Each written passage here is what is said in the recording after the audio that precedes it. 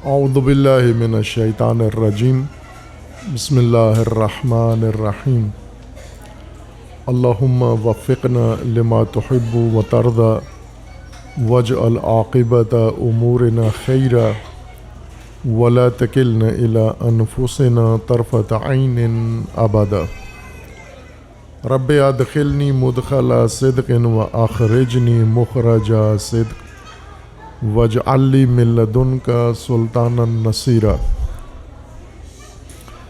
اعیاد شعبانیہ اور ایام ولادت انوار اہل البیت علیہم السلام آپ تمام عزیزان کو، تمام نونہالان، دانش آموزان، معلمین، اساتذہ اور حاضرین کو اور تمام امت اسلامیہ کو تبریک و تہنیت عرض ہے۔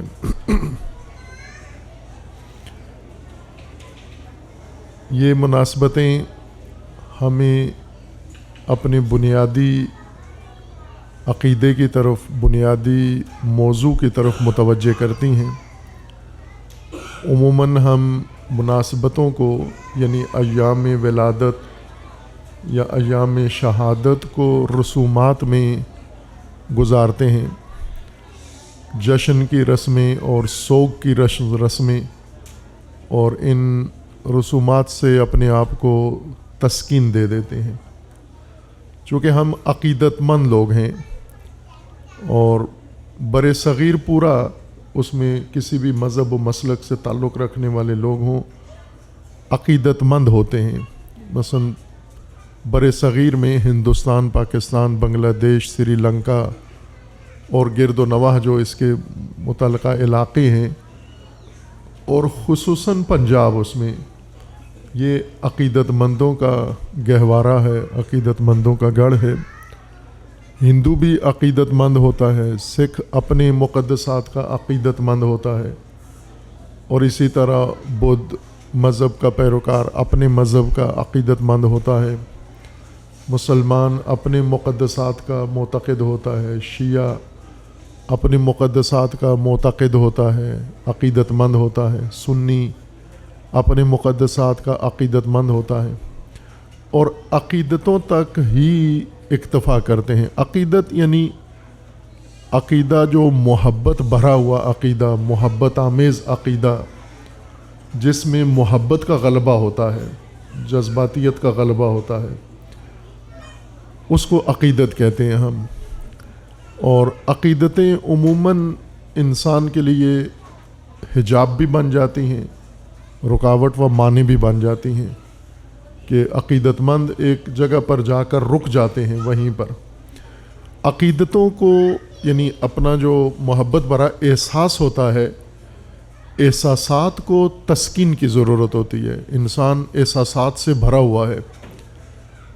جانور میں احساسات ہوتے ہیں لیکن بڑے مدھم اور بجھے ہوئے اور محدود ہوتے ہیں، لیکن انسان احساسات کا مجموعہ ہے۔ انسان کے اندر سب سے نمایاں چیز غالب انسان کے احساس اور جذبات ہیں۔ احساسات کو تسکین ملتی ہے ان امور سے جو جیسے ستائش کی جائے، آپ کی جب تعریف کی جائے تو آپ کو سکون ملتا ہے، آپ کو تسکین ملتی ہے۔ چونکہ انسان کے اندر ایک خواہش ہے کہ میری تعریف کی جائے، مجھے سراہا جائے، میرے کام کو، میرے ماحول کی تعریف کی جائے تو تسکین ملتی ہے۔ اسی لیے جو شاعری میں ایک صنعت ہے قصیدے کے نام سے، ہم یہ سمجھتے ہیں کہ قصیدہ شیعوں نے اختراع کیا ہے مولا علی کے لیے، نہ، قصیدہ قدیم تاریخ سے ہے، عربی زبان میں بھی، فارسی میں بھی۔ اسلام سے پہلے بھی قصیدہ رائج شاعری صنعت تھی، اور سب سے بڑی صنعت تھی مدح کرنا شاہوں کی، بادشاہوں کی، بڑوں کی، یعنی جن لوگوں سے انعام و اکرام لینا ہوتا تھا، جن کی تعریفیں کر کے، ان کے دل نرم کر کے، اور ان سے کسی کو کوئی چیز وصول کرنی ہوتی تھی تو ان کی مدح کرتے تھے یا ان کے لیے مدحیہ کلام پڑھتے تھے، اور وہ اپنی تعریف سن کر پھر انہیں اشرفیاں دیتے، سکے دیتے، درہم و دینار دیتے، یا کبھی اور ان کے اوپر انعام و اکرام کرتے تھے۔ قصیدہ نظم میں ہو یا نثر میں ہو، کسی دوسرے کی تعریف کرنا اور اس سے کچھ وصول کرنے کے لیے یہ قصیدہ کہلاتا ہے۔ اور یہ صنعت اسی احساس کی بنیاد پر ہے، چونکہ ہر انسان کے اندر اپنی تعریف سننا یہ خواہش موجود ہوتی ہے، اور کوئی اگر آپ کی آ کے تعریف کر رہا ہے تو قصیدہ پڑھ رہا ہے، آپ کی مدح کر رہا ہے، آپ کی شخصیت کو یا آپ کے کام کو سراہ رہا ہے، اس طرح آپ کے احساس کو سکون ملتا ہے۔ ہم جو مسلمان ہیں، اور مسلمانوں میں بھی خصوصیت کے ساتھ شیعہ قوم یہ زیادہ احساساتی ہیں باقیوں کے نسبت، باقی مسلمانوں کی نسبت بھی۔ جتنے احساسات کی پرورش ان کی ہوئی ہے اتنی دوسری قوموں کی نہیں ہوئی ہے، بلکہ اگر میں کہوں کہ ان کے ہاں صرف احساسات ہی کی پرورش ہوتی ہے پاکستان میں، تو بھی مبالغہ نہیں ہے، چونکہ باقی انسان کی جیسے فکر ہے، انسان کی سوچ ہے، انسان کے دیگر ضرورتیں ہیں، تو احساسات کے مقابلے میں وہ دبے ہوتے ہیں، کمزور ہوتے ہیں، اور ان کی پرورش کم ہوتی ہے۔ خصوصاً مذہبی طبقہ وہ احساسات ہی کے دائرے میں محدود رہتا ہے، وہاں سے آگے نہیں بڑھتا۔ اس لیے جو ہمیں فرصتیں ملتی ہیں، مواقع ملتے ہیں، موقع ملتے ہیں، وقت ملتا ہے، اس سارے کو ہم رسومات میں صرف کر دیتے ہیں، انجام دے دیتے ہیں، گزار دیتے ہیں، اور اس کا نتیجہ یہ ہوتا ہے کہ ہمیں اس رسم میں، اس شرکت سے، بولنے سے، اپنے کام کرنے سے ایک سکون محسوس ہوتا ہے کہ ہم نے ایک ایسا محبت بھرا کام کیا ہے جس سے ہمارے احساس کو بھی سکون ملا ہے، دوسروں کو بھی ہم نے تسکین پہنچائی ہے۔ عموماً ہمارے ذاکر خطیب مہارت رکھتے ہیں اس تسکین کے شعبے میں، کہ آپ جیسے بھی ہوں، مثلاً دکھیاں ہوں، آپ پریشان ہوں، لیکن وہ ایسا مضمون شعر میں یا نثر میں آپ کے سامنے پڑھیں گے کہ آپ کو خوشحال کر دیں گے، اور آپ کے اندر ایک تھوڑے عرصے کے لیے، محدود وقت کے لیے احساساتی سکون پیدا کر دیں گے۔ اس طرح ہماری مناسبتیں ساری گزر جاتی ہیں، لیکن یہ مناسبتیں ایام اللہ جن کو قرآن کریم نے کہا ہے، یہ ایام اللہ تذکر کے لیے ہیں اور ذکر کے لیے ہیں، یعنی یاد دہانی کے لیے ہیں، یادآوری کے لیے ہیں۔ بولی بسری چیزیں جو انسان عموماً بھول جاتا ہے معمولات زندگی میں، ان کو ذہن میں دوبارہ لانا، اس کو ذکر کہتے ہیں۔ ایک ذکر اردو میں یا پنجابی میں اس رائج ہے کہ تسبیح لے کے اس کے اوپر اللہ کا نام پڑھنا، اللہ کی صفات پڑھنا، ہم اس کو ذکر کہتے ہیں تسبیح کو۔ ذکر عربی میں ذہنی عمل ہے، یعنی جو چیز ذہن میں، حافظے میں نہیں ہے آپ کے، اس کو ذہن میں لے آنا، اور ذہن کے اس حصے میں لے آنا جس حصے کے مطابق آپ نے عمل کرنا ہے، آپ نے آگے کوئی منصوبہ بندی کرنی ہے، اس منصوبہ بندی والی یادداشت کو ذکر کہتے ہیں، جو منصوبے کے لیے ضروری ہوتا ہے، جو معلومات، جو امور، وہ سب ذکر ہیں۔ جیسے کھانے کا جب وقت ہوتا ہے تو گھر کے اندر ذہن میں فوراً آ جاتا ہے کہ ابھی کھانے کا وقت ہے، ابھی کچھ پکانا ہوگا ہمیں، تو جس کی بھی ذمہ داری ہے، والدہ ہے یا گھر میں کام کرنے والی ماسی ہے، تو اس کی یادداشت، ذکر اس کے ذہن میں، یہ اسے پتہ ہے کہ اب میں نے کھانے کے وقت کیا پکانا ہے، سبزی پکانی ہے، کوئی دال پکانی ہے، کوئی گوشت پکانا ہے، مینیو کیا ہے، یہ اس کے ذہن میں حاضر ہوتا ہے۔ یہ جو اس کے ذہن میں پورا کھانے کے ٹائم کا مینیو موجود ہے قبل از وقت، یہ ذکر ہے اس کا۔ اگر نہ ہو، جیسے بعض کھانے کے ٹائم پر بھی حیران رہتے ہیں کہ کیا پکانا ہے، پکائیں کیا آج، تو اس کا مطلب ہے کہ ذکر نہیں ہے ان کے ذہن میں، یادداشت میں مینیو نہیں ہے کہ کرنا کیا ہے، پکانا کیا ہے، کھانا کیا ہے، ذہن خالی ہے۔ موبائل پہ سارا وقت گزر گیا، واٹس ایپ پہ گزر گیا، باقی کاموں میں سوئے رہے، دیر سے اٹھے، اب پتہ نہیں، سمجھ نہیں آ رہی پکانا کیا ہے، اور یہیں پہ جھگڑا ہو جاتا ہے، مرد آ جاتے ہیں کھانا رکھو، وہ کہتی ہے کھانے کے لیے سمجھ ہی نہیں آئی پکانا کیا ہے، پھر یا پزا آرڈر کر دیتے ہیں یا کوئی اور چیز جو ہے وہ کسی طرح اپنے بھوک کو مار لیتے ہیں۔ لیکن جن کے ہاں تذکر ہے، یعنی صبح سے ہی پتہ ہے ان کو کہ دوپہر کے کھانے میں یہ پکانا ہے، شام کے کھانے میں یہ پکانا ہے، مہمان آئیں گے یہ بنانا ہے، تو یہ ذکر یہ چیز ہے، ذہن میں وہ مکمل نقشہ، وہ امور ترتیب کے ساتھ جنہیں ہم نے آگے انجام دینا ہے، اگلے قدم پہ جن کو انجام دینا ہے، اس کو میموری کہہ لیں آپ، یاد کہہ لیں آپ اس کو، یعنی وہ معلومات یا وہ حافظہ ذہن کا جو ہمارے عمل کے لیے ہمیں درکار ہے۔ مناسبتیں جو اللہ تبارک و تعالیٰ کی طرف سے ہمیں ایام ہیں، مختلف سال بھر میں مقرر آتے ہیں، تکرار ہوتے ہیں، ولادتوں کے طور پہ، شہادتوں کے طور پہ، فرق نہیں پڑتا، یہ در حقیقت ہمیں حقیقت کی طرف متوجہ کرنے کے لیے۔ ہم معمولات زندگی میں عموماً اتنے غرق ہو جاتے ہیں اپنے گھریلو مسائل میں، اپنے روزمرہ کے مسائل میں، اپنے خاندانی امور میں، اپنے کاروباری امور میں، اپنے دیگر پریشانیوں میں، بیماریوں میں، مشکلات میں، کمیوں میں، اتنا ہمارا ادھر توجہ چلی جاتی ہے کہ ہم اپنے اصلی ہدف، مقصد، راستے اور فریضے سے عموماً غافل ہو جاتے ہیں۔ یہ روزمرہ کے معمولات ہیں۔ ان روزمرہ معمولات میں ہمیں متوجہ کرنے کے لیے کہ معمولات بے شک ہیں، یہ ان کے اندر بھی آپ نے اہتمام کرنا ہے، لیکن آپ اپنے ہدف کی طرف متوجہ رہیں، اپنے مقصد کی طرف متوجہ رہیں، اپنے مکتب کی طرف متوجہ رہیں، اپنے راستے کی طرف متوجہ رہیں، اپنے نظام کی طرف متوجہ رہیں، اپنی بنیاد کی طرف متوجہ رہیں۔ صرف ٹائم پاس کرنا یہ انسان کے شایان نشان نہیں ہے کہ کسی طرح دن گزر جائے، کسی طرح یہ عمر گزر جائے، کسی طرح یہ ایام گزر جائیں، یہ نہیں ہے۔ انسان کو اللہ نے جو کچھ دیا ہے وہ ٹائم پاس کرنے کے لیے نہیں ہے۔ وسائل جو اللہ نے انسان کو دیے ہیں، آپ کو اللہ تبارک و تعالیٰ نے ذہانت دی ہے، تو ذہانت ٹائم پاس کرنے کے لیے نہیں ہوتی۔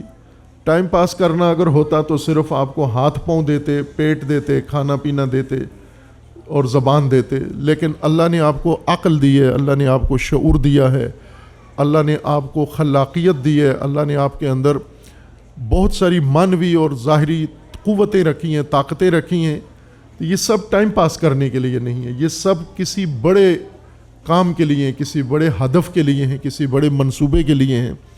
جب ٹائم پاس کرنے کے لیے ہم عموماً چمن بناتے ہیں، گراؤنڈ بناتے ہیں، کھیل کا میدان بناتے ہیں جہاں لوگ ٹائم پاس کرتے ہیں، لیکن فیکٹریاں ٹائم پاس کرنے کے لیے نہیں ہوتی، کارخانے ٹائم پاس کرنے کے لیے نہیں ہوتے، یونیورسٹیاں ٹائم پاس کرنے کے لیے نہیں ہوتی، اسی طرح بڑے بڑے ریسرچ سینٹر ٹائم پاس کرنے کے لیے نہیں ہوتے، بلکہ وہاں پر ضروریات کے مطابق وقت صرف کیا جاتا ہے، سرمایہ لگایا جاتا ہے، وقت لگایا جاتا ہے، اور وہ مصنوعات بنائی جاتی ہیں، تیار کی جاتی ہیں۔ گھر بھی، انسان کا جو اپنا گھر ہے یہ بھی ٹائم پاس کرنے کے لیے نہیں ہے۔ گھر کی ترکیب اور گھر میں رہنے والوں کی جو خصوصیات ہیں وہ اللہ نے اس طرح سے بنائی ہیں کہ یہ بڑے ہدف حاصل کریں اور بڑا مقصد حاصل کریں۔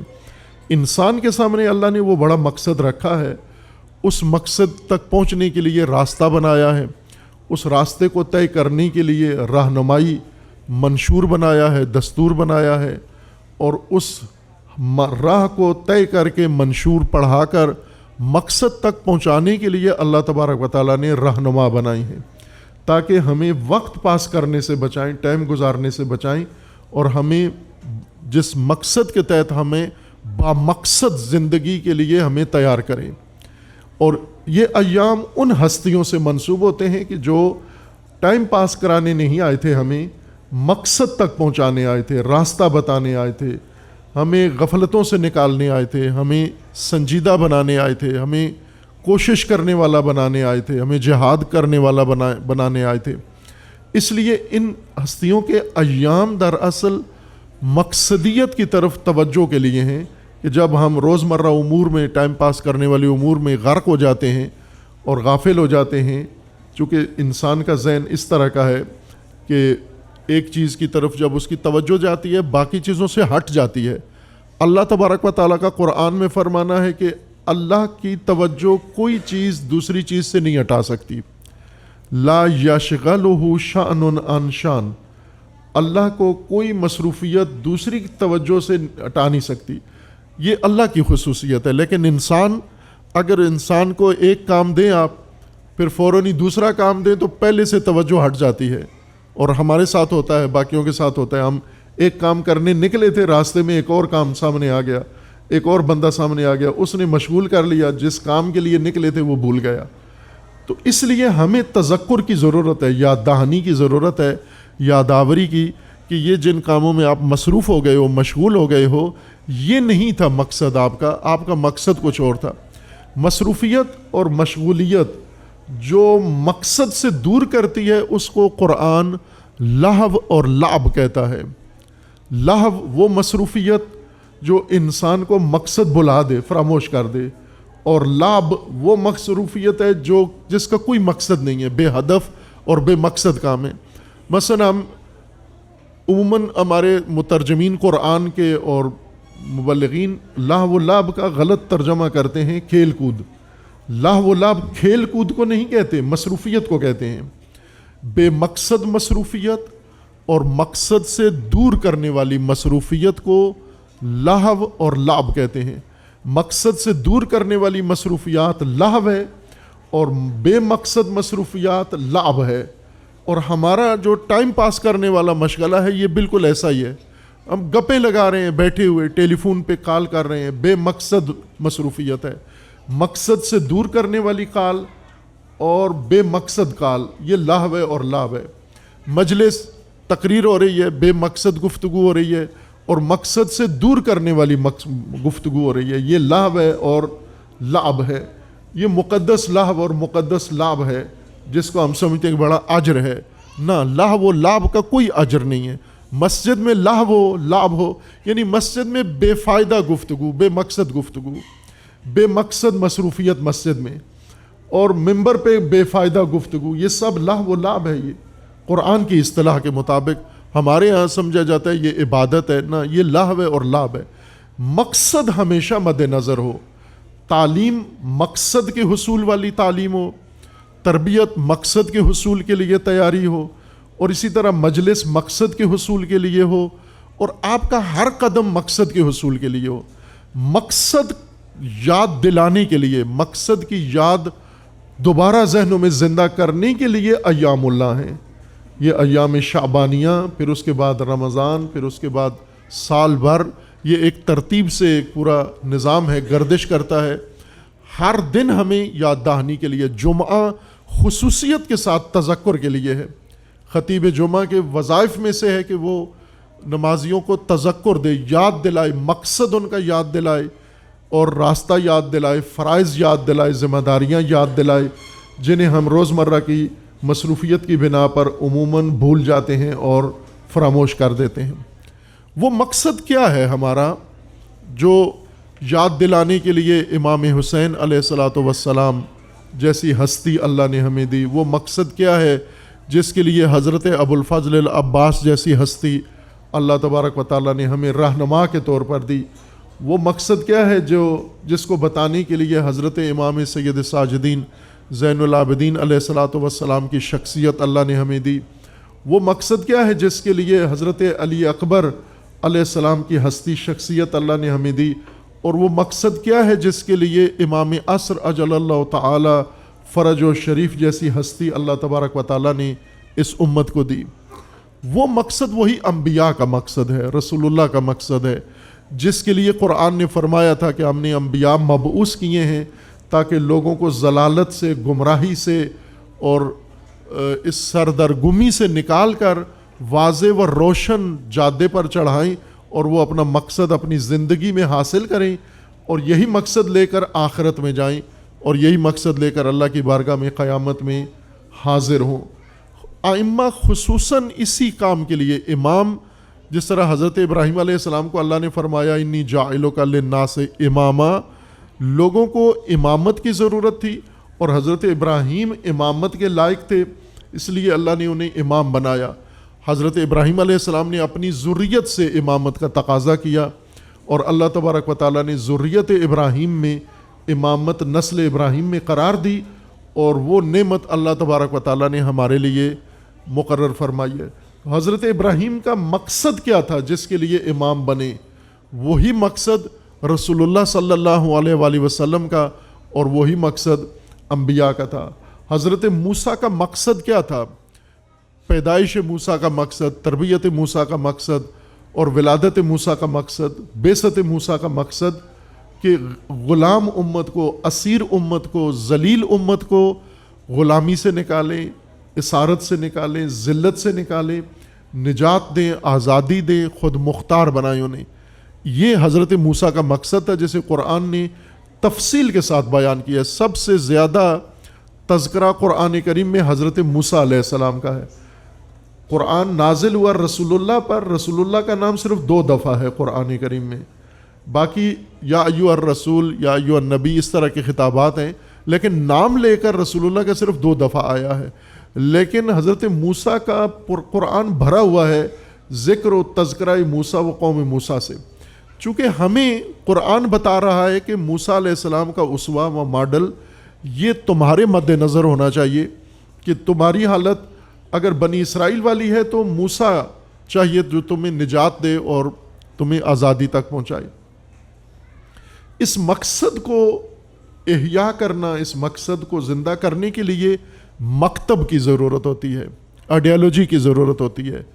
مکتب اگر انسان کھو بیٹھے اور مکتب کی جگہ رسومات آ جائیں، مکتب کی جگہ پر فقط ٹائم پاس کرنے والے تسکین دہندہ کام آ جائیں، یعنی صرف لنگر آ جائے، کھانا پینا آ جائے، راشن آ جائے، اور انٹرٹینمنٹ ہو، تفریح ہو، اور صرف نعرے ہوں، تو یہ مقصد زندہ نہیں ہوتا۔ مکتب سے مقصد زندہ ہوتا ہے۔ مکتب جس کو قرآن نے کتاب کہا ہے، ہم اس کو مکتب تعبیر کر رہے ہیں۔ امام خمینی رضوان اللہ تعالیٰ علیہ کی اصطلاح میں، شہید مطہری رحمۃ اللہ علیہ کی اصطلاح میں اس کو مکتب کہتے ہیں، یعنی آئیڈیالوجی، وہ منشور و دستور جس کے مطابق انسان نے زندگی گزارنی ہے۔ مکتب کے اندر مقصد ذکر ہوتا ہے، اور مکتب کی تعلیم، مکتب کی مصروفیت، مکتب کی تربیت انسان کو با مقصد بناتی ہے۔ جیسے آپ با مقصد پودے دیکھیں اور بے مقصد پودے۔ با مقصد پودے جو آپ نے گھروں میں لگائے ہوئے ہیں خوبصورتی کے لیے، البتہ صرف خوبصورتی ہے، ان کا کوئی اور فائدہ نہیں، اور ٹھیک ہے ہونی چاہیے خوبصورتی، قرآن اس کو اہمیت دیتا ہے۔ انسان کی اپنی ذاتی خوبصورتی، جسم کی خوبصورتی، لباس کی خوبصورتی، گھر کی خوبصورتی، ماحول کی خوبصورتی، انسان کے تمام امور کی خوبصورتی اہمیت رکھتی ہے۔ خوبصورتی کو نظر انداز نہیں کرنا۔ حکم بھی ہے قرآن کا کہ آپ زینت اختیار کرو، اپنے گھر بھی اور اپنا ماحول بھی، لیکن با مقصد پودے یہ نہیں ہوتے جو خوبصورتی کے لیے لگائے جاتے ہیں۔ با مقصد وہ ہیں جو پھلدار ہیں، جن کا آپ ماحصل تناول کرتے ہیں۔ آپ کے گھروں میں ہمیشہ فریجوں میں فروٹ بھرا ہوا ہوتا ہے، یہ با مقصد پودوں کا نتیجہ ہے، بے مقصد پودوں کا نتیجہ نہیں ہے۔ ککر سے کبھی آم نہیں اترے، ککر سے کبھی مالٹے نہیں اترے، ککر سے کبھی انگور نہیں اترا، بلکہ بلے شاہ کے بقول کے اگر انگور ککر پہ چڑھا دیا جائے تو ہر گچھا زخمی ہو جاتا ہے۔ نیچا نال نیو لگا کے فیض کسے نہ پایا، ککراں تے انگور چڑھا کے ہر گچھا زخم آیا۔ اگر ککر پہ انگور چڑھا دیں گے تو سارا زخمی ہو جائے، کہ ککر ایک بے مقصد درخت ہے اور فراوان ہے پنجاب میں، اور کاٹ کے جلایا جاتا ہے۔ اگتا ہے، خود اگتا ہے، کاشت نہیں کرنا پڑتا اس کو، خود اگتا ہے اور لوگ کاٹتے جاتے ہیں، پھر اگتا جاتا ہے، پھر اس کو آ کے بھٹیوں میں جلا دیتے ہیں۔ نہ اس سے فرنیچر بنتا ہے، اگرچہ لاہور والے بنا لیتے ہیں اس سے بھی فرنیچر، ان کا کمال ہے، یہ کوئی چیز ضائع ہونے نہیں دیتے۔ یہ انتڑیوں سے آپ کو سوسس کالباس بنا کے کھلا دیتے ہیں، یہ جانوروں کی، گدھوں کی، ہر چیز سے آپ کو، یہ ٹیکنالوجی کی ترقی ہے، اور لوریوں کی قسمت ہے یہ کہ ان کے کھاتے میں یہ ساری چیزیں آ گئی ہیں۔ پہلے والے پھینک دیتے تھے یہ چیزیں، ہمارے آباء و اجداد، لیکن اب ان سب کو استعمال میں لے آتے ہیں۔ لیکن آم با مقصد ہے، انگور کی بیل با مقصد ہے، اس کا مقصد یہ ہے کہ یہ چیزیں جو انسان کی ضرورت ہے، یا کھیت کے اندر گندم کاشت کرتے ہیں تو یہ مقصد والا پودا ہے، اس کے اوپر ایک مقصد لگنا ہے، مقصدیت کے تحت یہ کام ہو رہا ہے. وہ خوشہ گندم جو لگتا ہے اوپر جس میں دانے لگتے ہیں، یہ اس کا مقصد ہے، محصول ہے یہ. لیکن جس فصل پہ، جس کشت پہ خوشہ نہ لگے وہ بے مقصد ہے. اب اللہ تبارک و تعالیٰ نے انسان کو بھی اسی طرح بنایا ہے کہ یہ با مقصد کام کرے سارے. جس طرح کھیتی با مقصد ہوتی ہے، اسی طرح تعلیم با مقصد ہونی چاہیے. تعلیم کا مطلب ہوتا ہے مکتب پڑھانا، مکتب سکھانا، مکتب نئی نسل کو یاد دلانا، ان کے حافظے میں ڈالنا، ان کے مد نظر رکھنا. اور پھر مکتب جن مقاصد کو معین کرتا ہے، وہ مقاصد ان مختلف ایام اللہ میں دوبارہ زندہ کیا جائے، ان کا ذکر کیا جائے اور ان کا تذکرہ کیا جائے، تاکہ ان لوگوں کو پتہ ہو کہ ہم مقصد کے لحاظ سے کہاں کھڑے ہیں. آج ہم توجہ کریں، پاکستان کے اندر تمام مسلمین اور بالخصوص شیعہ پاکستان کے اندر جمعیت کے لحاظ سے ان کی تعداد کتنی ہے، اور کیفیت کے لحاظ سے، وزن کے لحاظ سے ان کی طاقت کتنی ہے ملک کے اندر. جمعیت ان کی آپ کہہ سکتے ہیں بلا مبالغہ کہ دوسرے یا تیسرے نمبر پر تشیع کی جمعیت ہے ملک کے اندر گنتی کے لحاظ سے. لیکن طاقت کے لحاظ سے، قوت کے لحاظ سے ان کی کوئی طاقت نہیں ہے. نہ سیاسی طاقت ہے، نہ سماجی طاقت ہے، نہ دفاعی طاقت ہے. کوئی طاقت، کوئی قوت شمار نہیں ہوتے. جمعیت میں گنتی میں بہت زیادہ ہیں. جب یہ اکٹھے ہوتے ہیں خصوصاً عاشور کے دن، سب سڑکوں پہ نکلتے ہیں، اس دن پتہ چلتا ہے کتنے ہیں یہ. اس دن ایسے لگتا ہے کہ پاکستان میں صرف یہی ہیں اور کوئی نہیں ہے، اتنی جمعیت ہوتی ہے.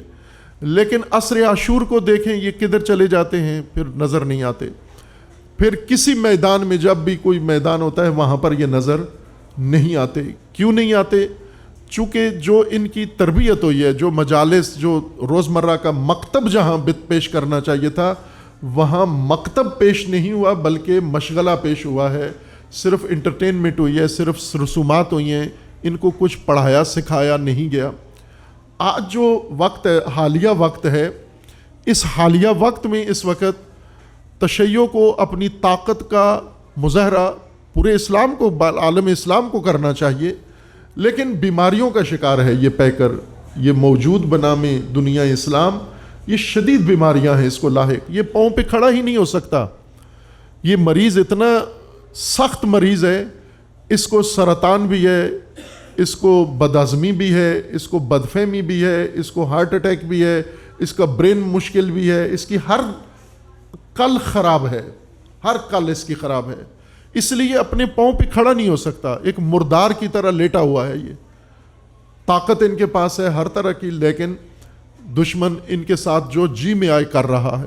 اور اب اس نے آ کر گھیرا کر لیا ہے مرکز عالم اسلام، وہ مرکز تشیع کو اور رہبر کو اور انقلاب کو.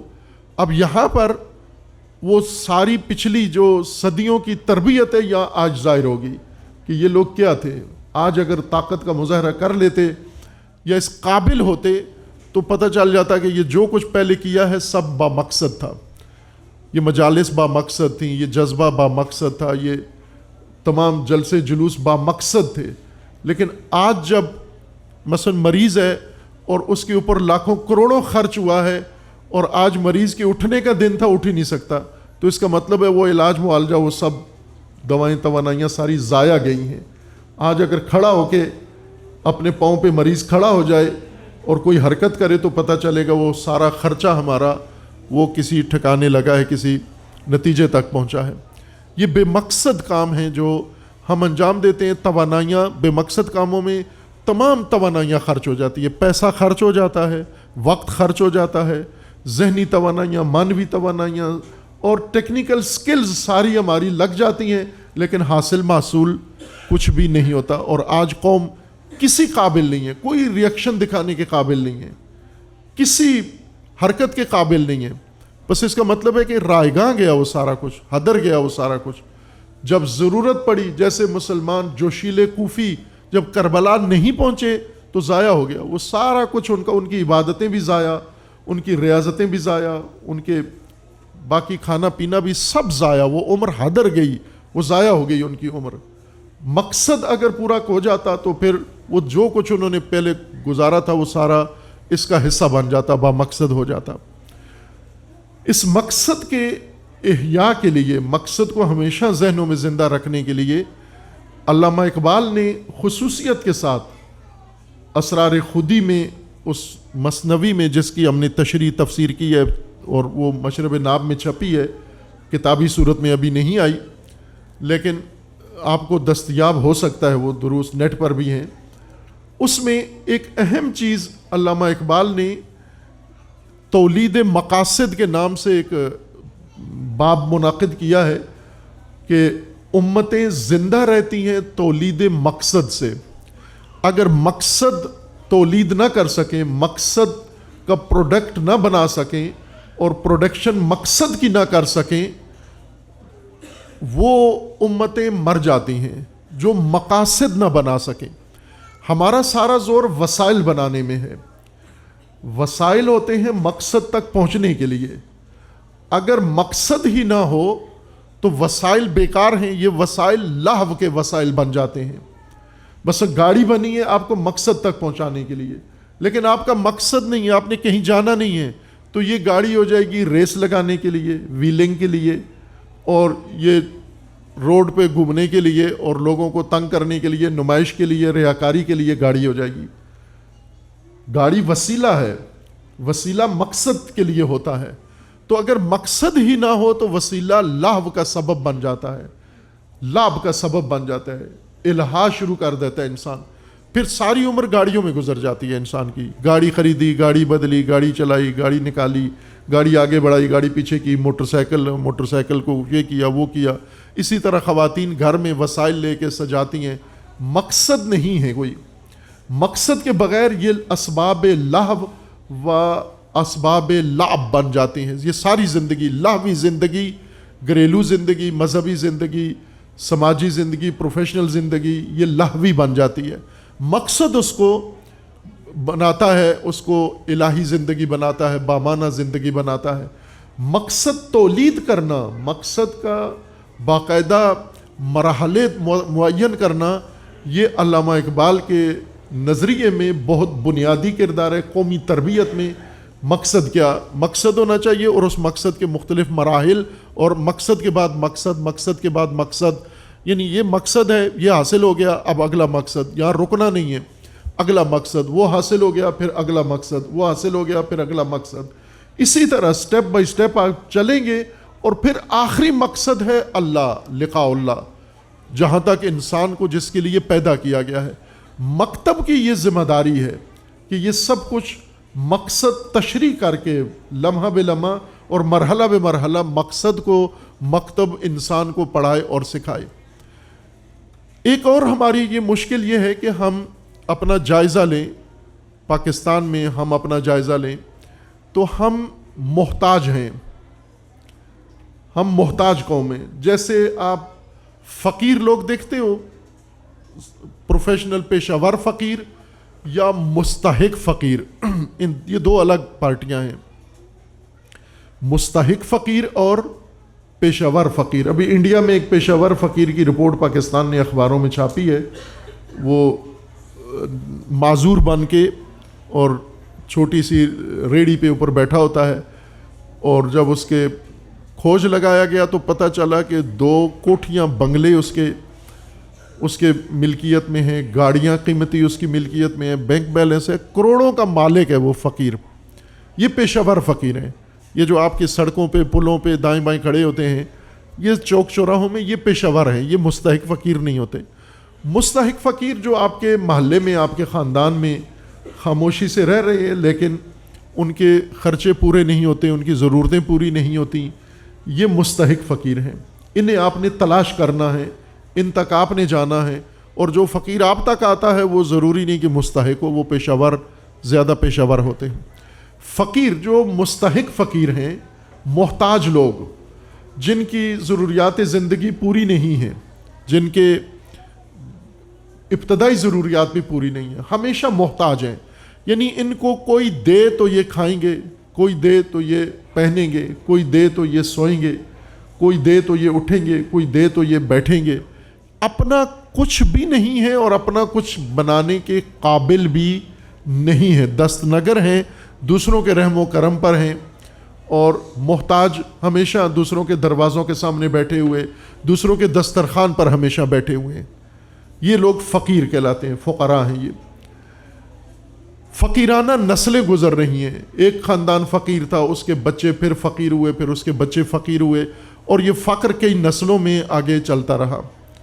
روایت میں بھی ہے کہ سب سے بڑے فقیر وہ نہیں ہے جس کے پاس مال نہیں ہے، سب سے بڑا فقیر وہ ہے جس کے پاس عقل نہیں ہے، جس کے پاس فکر نہیں ہے، جس کے پاس مقصد نہیں ہے، جس کے پاس مکتب نہیں ہے. یہ محتاج، یہ اپاہج سب سے برا فقیر ہے. یہ محتاج ہے سب کا. اب آپ توجہ کریں، ہم پاکستان میں مسلمان اور خصوصاً تشیع یہ کتنے محتاج ہیں. یہ دوسروں کے دسترخوان پہ بیٹھے ہوئے ہیں. اپنا کیا ہے ان کا؟ اپنا مکتب غنی ہے ان کا، لیکن اس مکتب کو انہوں نے پیش نہیں کیا. مکتب مجلس میں ممنوع ہے، مکتب نہیں پیش کر سکتے. آپ تفریح پیش کرو ان کو، آپ انٹرٹینمنٹ پیش کرو ان لوگوں کو، یعنی رسم پوری کرو اور تسکین دو اور جذبات اور احساسات کی حد تک مجلس کو قائم رکھو. مکتب کی طرف نہیں آنا، قرآن بیان نہیں کرنا، حدیث بیان نہیں کرنی، ائمہ کی سیرت بیان نہیں کرنی، تاریخ بیان نہیں کرنی، مقصد بیان نہیں کرنا، فقہ بیان نہیں کرنی، اور واجبات فقہیہ بیان نہیں کرنی. ان پہ پابندی ہے مجالس میں.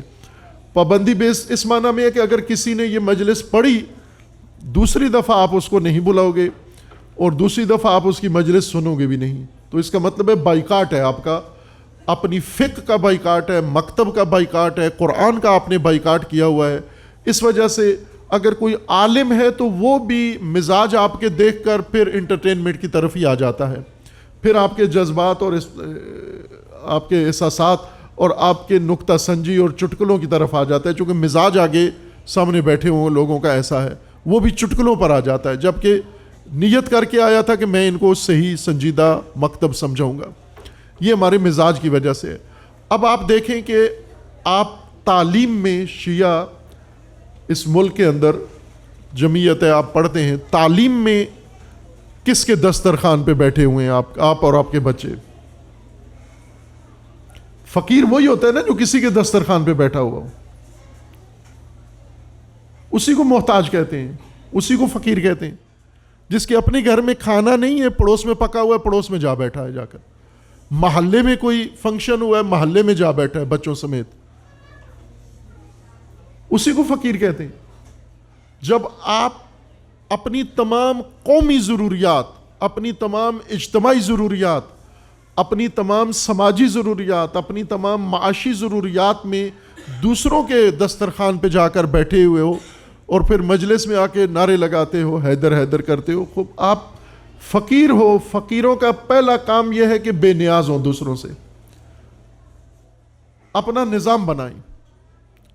آپ سیاست میں دوسروں کے دسترخوان پہ بیٹھے ہوئے ہو اور پستی کے ساتھ دوسروں کے دسترخوان پہ بیٹھے ہوئے ہو.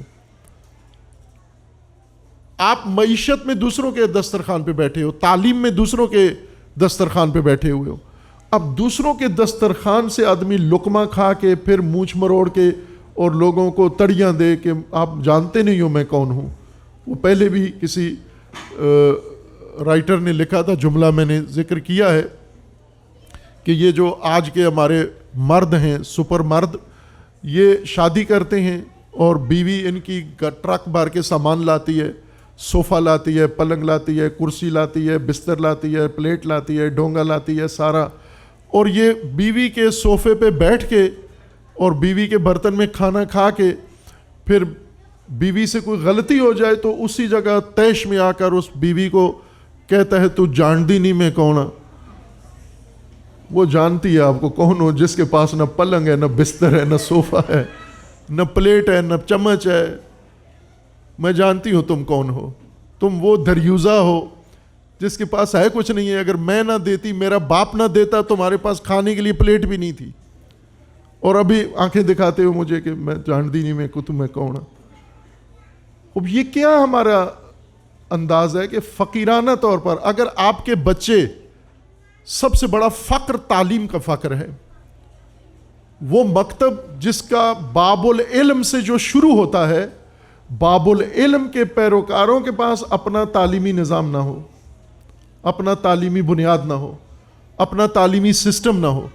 اور تعلیمی نظام ظاہر ہے کہ ویسے ویلفیئر کے طور پر نہیں قائم کیا جا سکتا. تعلیمی نظام ایک سماجی نظام کا ایک حصہ ہوتا ہے، ایک سوشل سسٹم کا حصہ ہوتا ہے تعلیم، جو دوسرے نظام کے ساتھ جڑا ہوا ہوتا ہے. اور وہ مدر نظام، ماسٹر نظام جو اللہ تبارک و تعالیٰ نے بنایا تھا اور جس کے اندر ہمیں زندگی گزارنی تھی، وہ امامت کا نظام ہے. امامت کے نظام کا ایک شعبہ ہے تعلیم، ایک ڈپارٹمنٹ ہے تعلیم. تعلیم میں ہم اس وقت خود کفیل ہو سکتے ہیں جب امامت کا نظام ہمارے پاس قائم ہو. اور ان فقیروں کا اپنا بہت کچھ ہے لیکن دوسروں کے دسترخوان پہ بیٹھے ہوئے ہیں. ان فقیروں کے پاس قرآن ہے، ان فقیروں کے پاس امامت ہے، ان فقیروں کے پاس امام علی ہیں، ان فقیروں کے پاس امام حسین ہیں، ان فقیروں کے پاس امام عصر ہیں.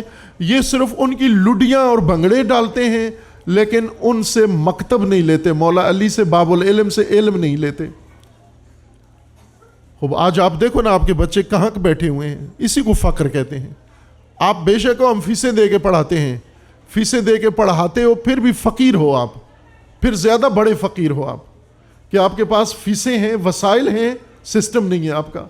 اور فیسیں دوسروں کے سسٹم کی تقویت کے لیے آپ خرچ کر رہے ہو، آپ دوسروں کو آپ تقویت کر رہے ہو. آپ غور کرو کہ آپ کی مدد سے کتنی ایسی کمپنیاں ہیں جو کامیاب ہوئی ہیں آپ کی مدد سے. میں چند سال پہلے جب یہ جامعہ نہیں بنا تھا، تبلیغ کی توفیق ہوتی تھی ہر شہر میں آنے جانے کی، تو اس وقت کراچی میں گیا تبلیغ کے لیے، محرم کے مجالس کے لیے. تو انہوں نے جگہ جگہ مجھے بینر لگے ہوئے بتائے شیرمال کے، رؤوف شیرمال یا ایسا اس کا نام تھا، رؤوف شیرمال معروف.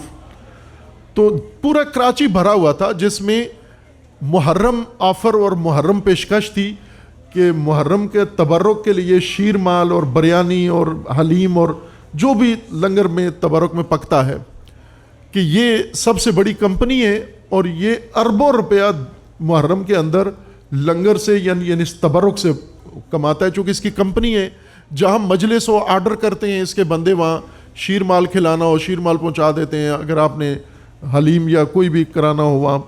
اور ان کراچی والے مومنین کے بقول کہ یہ شیعہ دشمن تنظیم سپاہ صحابہ کا سب سے بڑا سپورٹر ہے، یہ مین ڈونر ہے ان کا، یہ کھلا ناسوی. اور اس کی کمپنی آپ کے محتاجی سے، اگر لنگر ہی کھانا ہے تو کم از کم کمپنی تو اپنی بنا لو، آپ شیرمال تو اپنا بنا لو. آپ شیرمال تو کسی یہ جو پیشہ ور ذاکر ہیں کم از کم شیرمال کمپنی ایک ذاکر بنا لے تاکہ تبرک اس شیعہ کو ملتے، پرافٹ اس شیعہ کو ملتا رہے. یہ بھی آپ دوسروں کو پہنچا دے، دشمنوں کو پہنچاتے ہو. 9.5 ارب روپیہ، یہ 9.5 ارب روپیہ کہاں سے اس کے پاس گیا ہے؟ اس میں بہت بڑا حصہ پاکستانیوں کا اور بہت سا بڑا حصہ مومنین کا ہے کہ آپ نے یہ پرافٹ پائی آپ نے پہنچائی ہے اور اس نے اسی سے اسلحہ خرید کر اور اسی سے رہبر اسلام پر حملہ کیا ہے اور ابھی جاری ہے، کر رہا ہے یہ سارا حملہ.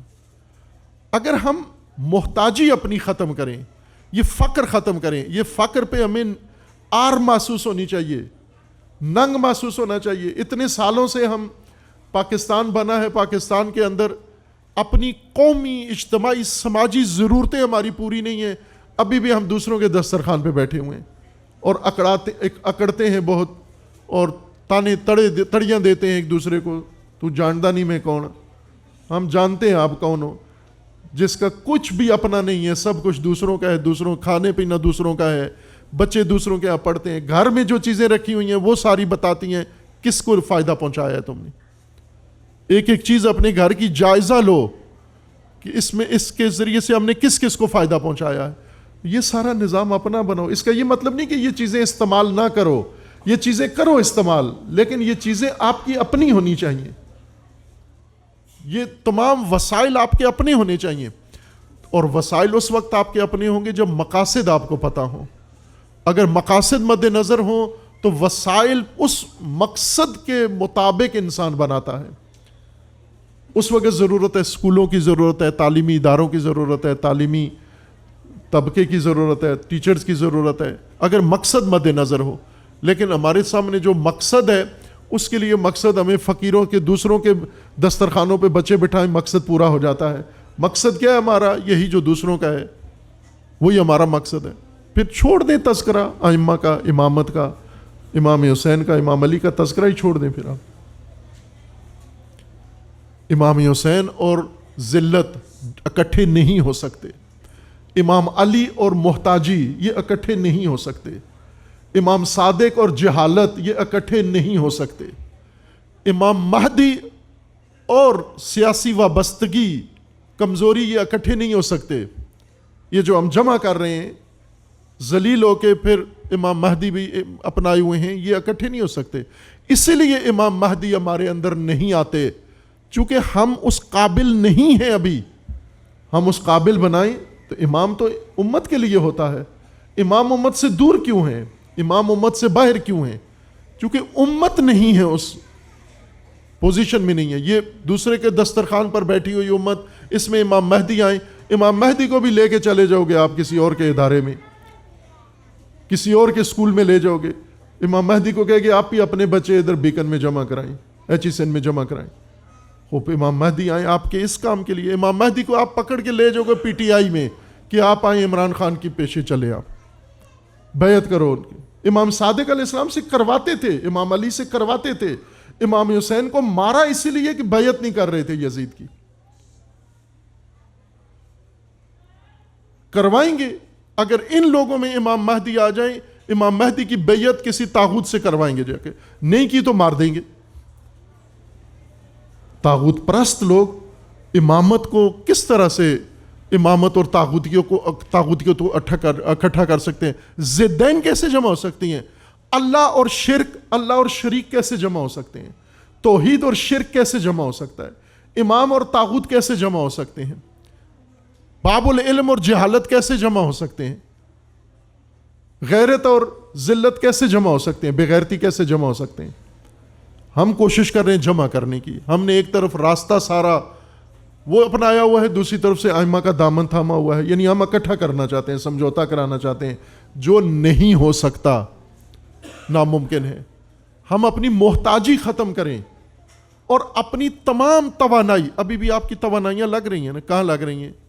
اپنا حساب کریں, ایک کاپی بنائیں اور پہلے اپنی توانائیاں لکھیں کہ میرے اندر یہ توانائیاں ہیں. پھر یہ لکھیں کہ یہ خرچ کہاں ہو رہی ہیں, میری ذہانت کہاں خرچ ہو رہی ہے, میری دولت کہاں خرچ ہو رہی ہے, میرا وقت کہاں خرچ ہو رہا ہے, میری خلاقیت کہاں خرچ ہو رہی ہے, میری تگ و دو کہاں خرچ ہو رہی ہے, میرے مقصد سے میں خرچ ہو رہی ہے یا کسی اور کے کام آ رہی ہے. پھر آپ کو المیہ کا اندازہ ہوگا کہ جو امانت تھی اللہ کی وہ ہم کہاں خرچ کر رہے ہیں. اگر یہ چھوٹی چھوٹی توانائیاں جو لوگ اپنے آپ کو سمجھتے ہیں نا, ہم کسی پوزیشن میں نہیں ہیں, ہم تو چھوٹے چھوٹے ملازم ہیں. یہ چھوٹے چھوٹے ملازمین ہمت کے لحاظ سے, چونکہ ملازمت انسان میں ہمت توڑ دیتی ہے, ملازمت کانفیڈنس ختم کر دیتی ہے, ملازمت انسان میں ارادے کمزور کر دیتی ہے.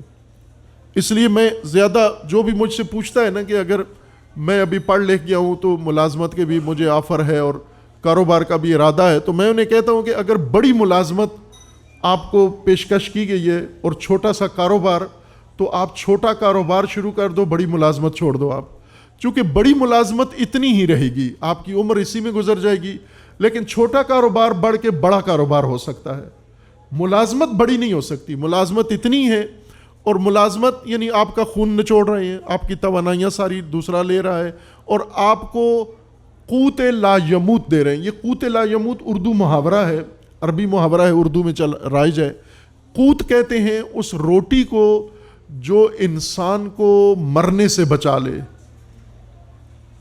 انسان جب بھوکا ہو جاتا ہے اور بھوک سے نڈال ہو جاتا ہے اور موت, تارے موت کے تارے نظر آنا شروع ہو جاتے ہیں آنکھوں کے سامنے, اس وقت جو روٹی انسان کو ملتی ہے جو مرتے کو بچا لے اس کو قوت کہتے ہیں. قوت جیسے لکھتے ہیں اسی طرح لکھتے ہیں اس کو کینچی والے قاف کے ساتھ. قوت لا یموت یعنی اتنی روٹی جو موت سے بچا لے. ملازمت آپ کو قوت لا یموت ہے, مرنے نہیں دیتی یہ روٹی آپ کو, لیکن آپ کو بڑھا نہیں سکتی ملازمت, کچھ کر نہیں سکتے ہو آپ.